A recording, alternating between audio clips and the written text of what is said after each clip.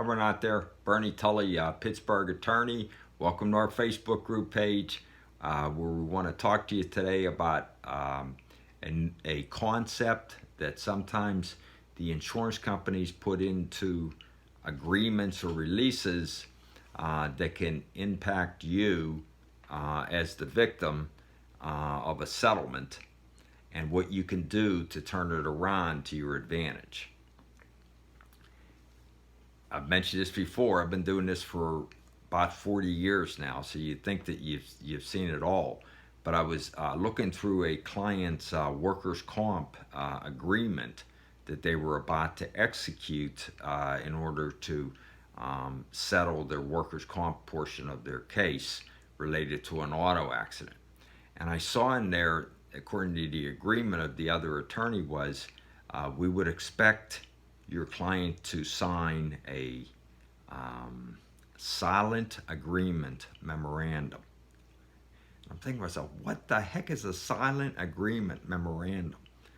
What it is that you, as the victim who's going to get an offer on a case, have to agree that you'll keep silent and not tell others what happened to you and what your injuries were and what the defendants did wrong. And in the context of a workers' comp case, a lot of times that's a huge thing to the workers' comp carriers, because they don't want other employees of their company to then make similar claims.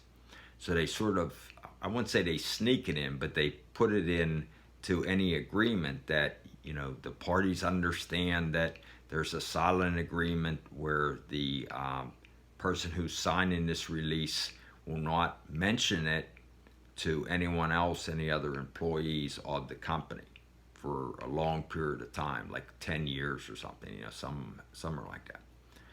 So what do you do if you still want to settle the case, but you don't necessarily want to sign this silent agreement memorandum?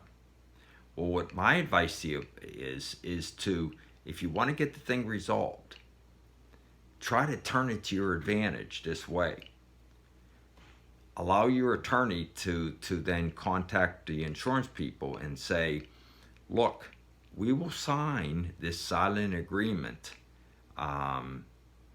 memorandum if you increase the offer on the case by $5,000, $10,000 in order to get this done.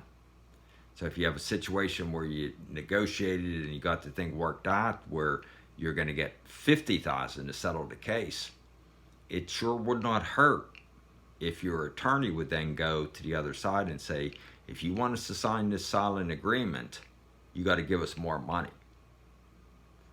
And then to have your attorney negotiate as best he can or she can how much you can get. So that's just a tip that hopefully you can use when you're dealing with these kind of releases that are in cases in order to conclude a case successfully. Hope it helps. Hope you can use it in your own life. Bernie Tully, thank you much for listening and watching.